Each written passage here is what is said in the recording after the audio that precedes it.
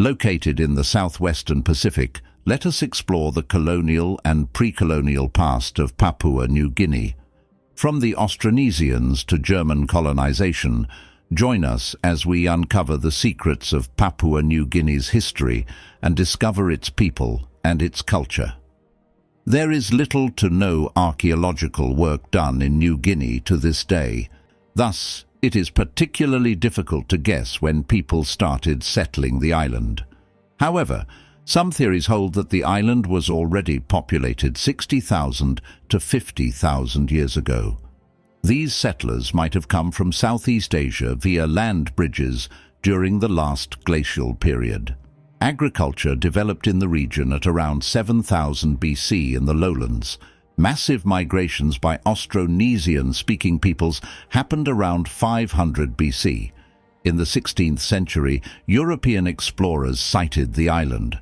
Jorge de Menezes was credited for the discovery in 1527, calling the island Papua, after the Malay word for frizzled hair common amongst Melanesian peoples. Inigo Ortiz de Retes added New Guinea to the name of the island in 1545 because of the inhabitants' resemblance towards those of the African Guinea coast. The first attempts at colonization occurred in 1793 when a British officer, Lieutenant John Hayes, landed near Manokwari, now present-day Papua, Indonesia. The Dutch, however, settled the other half of the island as part of the Dutch East Indies in 1828. Their presence was nominal until the establishment of more permanent posts in 1898. In 1884, the German Empire took over the northeastern quarter of the island under the German New Guinea Company, a chartered trading company.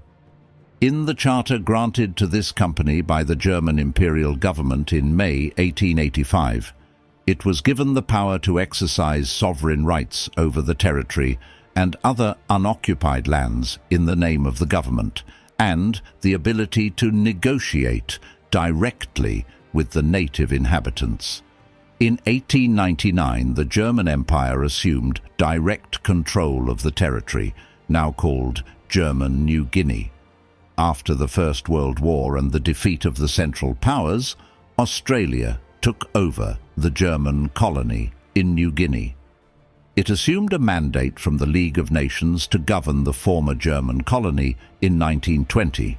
There were many attempts to explore the island during this time, including the Akmana expedition of 1929 to 1930. This brought about the discovery of new cultures, resources, peoples, and enabled the establishment of newer trade routes. When the Second World War arrived on New Guinea's doorstep, the administration of the island by Australia virtually stopped. This occurred after the Japanese invasions. The Allies sought to recover the territories, and they managed to at the cost of 200,000 Japanese soldiers, 7,000 Australian, and 7,000 American personnel. Following the surrender of the Japanese in 1945, civil administration of Papua as well as New Guinea was restored, and under the Papua New Guinea Provisional Administration Act of 1945-46, Papua and New Guinea were combined in an administrative union. In 1972, the name of the territory was changed to Papua New Guinea. In 1972, an election was held that resulted in the formation of a new ministry headed by Michael Somare, who promised to lead the country to independence and self-government. The country became self-governing on December 1, 1973, and achieved independence on September 16, 1975. The GDP of Papua New Guinea is valued at around $32 billion. A third of the country's GDP is made up of agriculture, most of it from subsistence farming. Yams, taro and bananas are grown as staple foods in the highland regions. Almost all commercial crops are exported, although there is a rise in the domestic crop market. High-quality Arabica coffee is grown throughout the highlands, mostly by smallholders. Robusta coffee is grown on the north coast and cacao in the islands. The discovery of rare minerals transformed the economy of Papua New Guinea in the 1970s, changing the country's economy from one relying on agriculture to one relying on minerals. Manufacturing output is at a minimal with regards to the country's GDP, despite the attempts of the government to promote it. The flag of Papua New Guinea consists of two diagonal triangular sections. The left section is black and the right section is red. Five-pointed white stars, representing the Southern Cross, are in the black portion of the flag, while a yellow bird of paradise is in the red section. The colors are the traditional colors found in Papua New Guinea textiles and artworks. The yellow bird of paradise represents freedom and the birth of the nation. The 5 stars signify the Southern Cross constellation.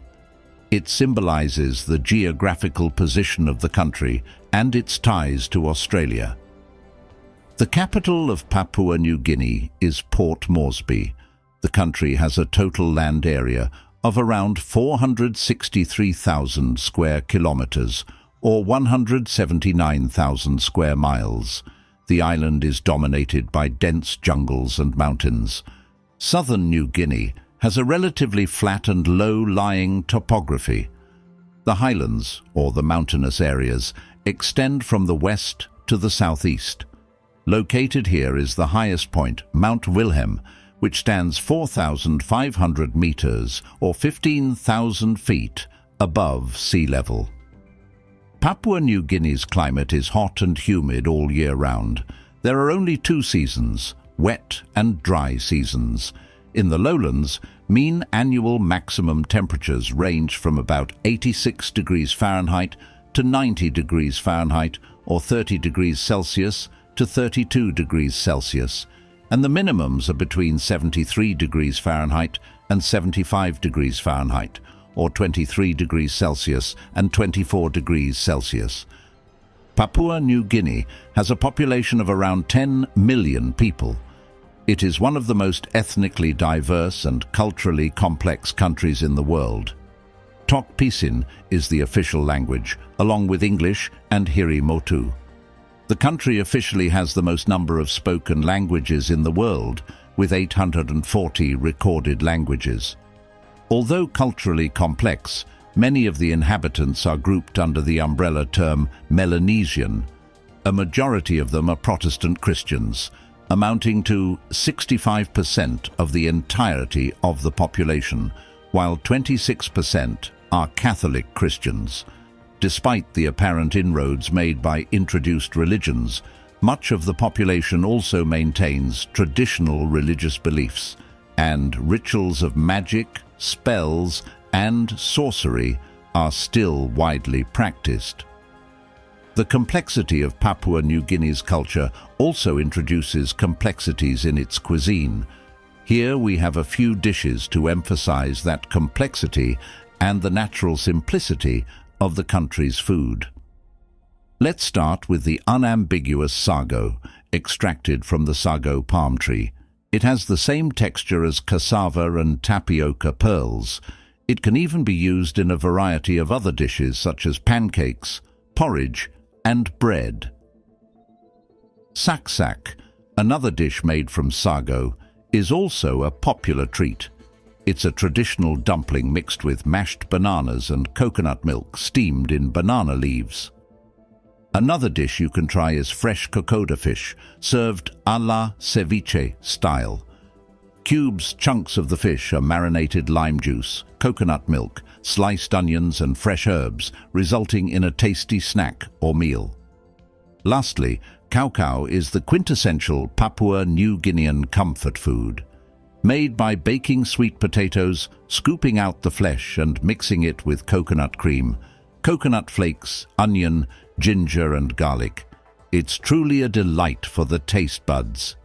Which of these dishes and desserts would you want to try out?